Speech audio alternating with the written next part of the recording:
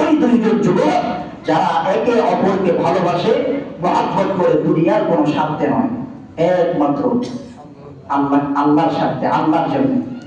এই জন্য হাদিসে এসেছে, কেউ যদি কাউকে ভালোবাসে তাকে বলে দেওয়া, ভাই ইন্নী উহিব্বুকা ফিল্লাহ, আমি আপনাকে আল্লাহর জন্য ভালোবাসি।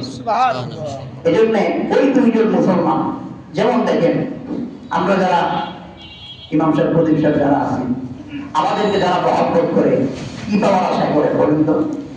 কোনো কিছু পাওয়ার আশা আছে? কোনো কিছু পাওয়ার আশা নাই। হুজুর দোয়া করবে, হ্যাঁ, এতটুকু।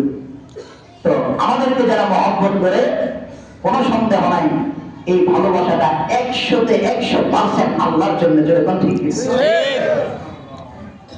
এরকম ওই দুই যুবক যারা একে অপরকে ভালোবাসে, দুনিয়ার কোনো স্বার্থে নয়, একমাত্র আল্লাহর জন্য। কলার কথা, সমাজের ওই মানুষটা একটা 5 ওয়াক্ত নামাজ পড়ে, এই জন্য তাকে ভালো লাগে। মানুষটা কোনো ভেদাভেদের মধ্যে নাই, সব মানুষ, এই জন্য তাকে ভালো লাগে, এই জন্য তাকে ভালোবাসি। এই ভালোবাসাটা আল্লাহর জন্য। বাবা মা সন্তানকে যে ভালোবাসাটা দেয়, এটা যদি আল্লাহর জন্য হয়ে থাকে, দুনিয়ার কোনো স্বার্থে না হয়ে থাকে, তাহলে এরকম বন্ধু বন্ধু ভালোবাসা, দুইজন মুসলমান একে অপরকে একমাত্র আল্লাহর জন্য ভালোবাসে, ওই দুই ভালোবাসা করনেওয়ালা দুই বন্ধুকে, দুই মানুষকে আল্লাহ একসাথে ডেকে নিয়ে, বন্ধুকে একসাথে আল্লাহ তার আরশের নিচে জায়গা দিয়েছেন। সুবহানাল্লাহ।